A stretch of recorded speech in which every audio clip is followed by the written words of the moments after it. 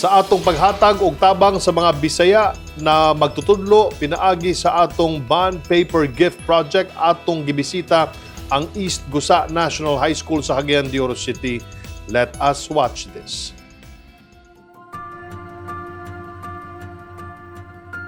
Sa padayong paghatag sa Bisaya gyud ug tabang sa mga magtutudlo ug estudyanteng Bisaya, atong giadtuan ang East Gusa National High School sa Cagayan de Oro City.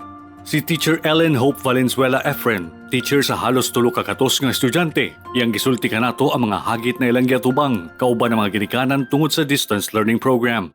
This pandemic has brought so many advantages and disadvantages to teachers like me and to students and to parents as well, because nobody was ready for the coming of this virus, no? Because we don't like virus to come to our place. So this virus has caught us off guard.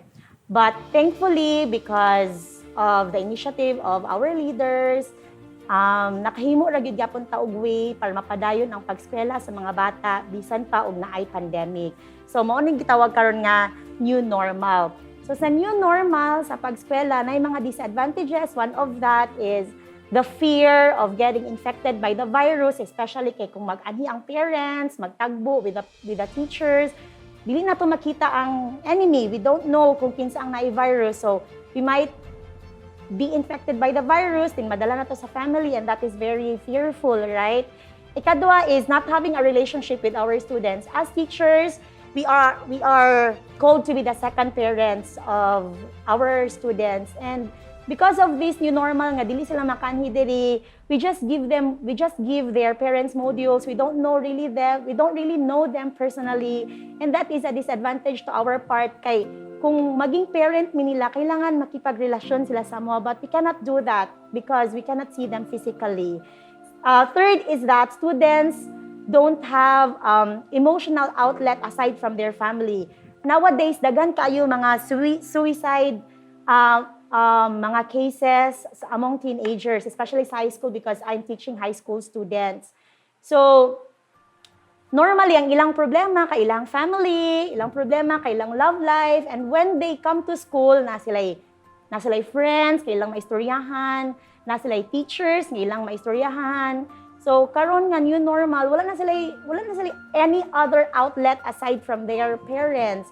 Especially kato mga less fortunate ones nga walay wifi nga pwede ra unta maka-chat, pero they cannot do that because they don't have the means. So that is one of the disadvantages of COVID-19. Another is that extracurricular activities. When they come to school, they do not just come here to learn. They also come here to hone their skills and talents. So teachers, we organize kanang mga events kung asa mas mahon gud ilahang talents and ilang skills. But because of this pandemic, wala, we cannot do that. So puro lang gud sila module, wala sila extracurricular activities. Pero bisan sa pagsulay, sulti ni Teacher Ellen na ang distance learning ato nagihapoy positibong nadalit sa mga estudyante ug ilang mga ginikanan.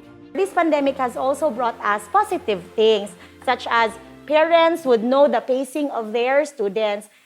A lot of times, parents would complain, sila nga, dili man inana ang akong anak, butang man sila sa balay.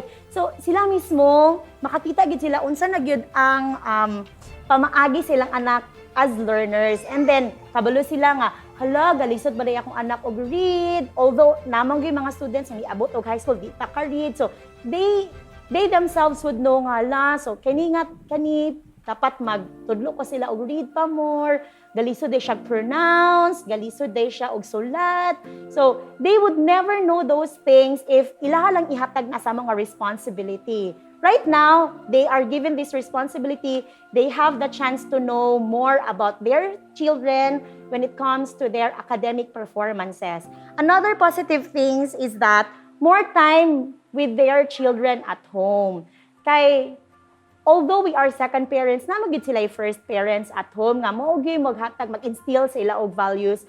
Sometimes di nila ni mabuhat because mas daghan panahon ang bata sa school kaysa sa ilang balay. So now, pwede na nila gyud ma-instill ang values nga ilahang gusto og ang culture nga ilahang gusto nga ilang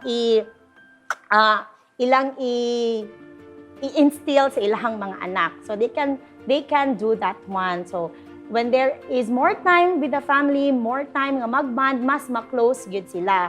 Sa hangyo ni Teacher Ellen naunta sila matabangan, kita sa Bisaya gyud.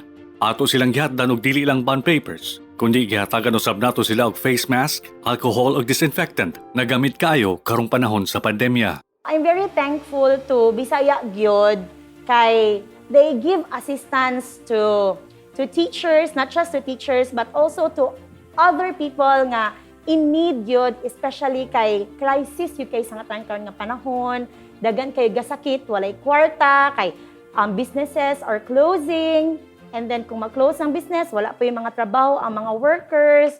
So the assistance that they give would really give people hope ba, especially the less fortunate ones. They give them hope na kanang there are still people, privileged people who would voluntarily extend help and assistance to those who are in need.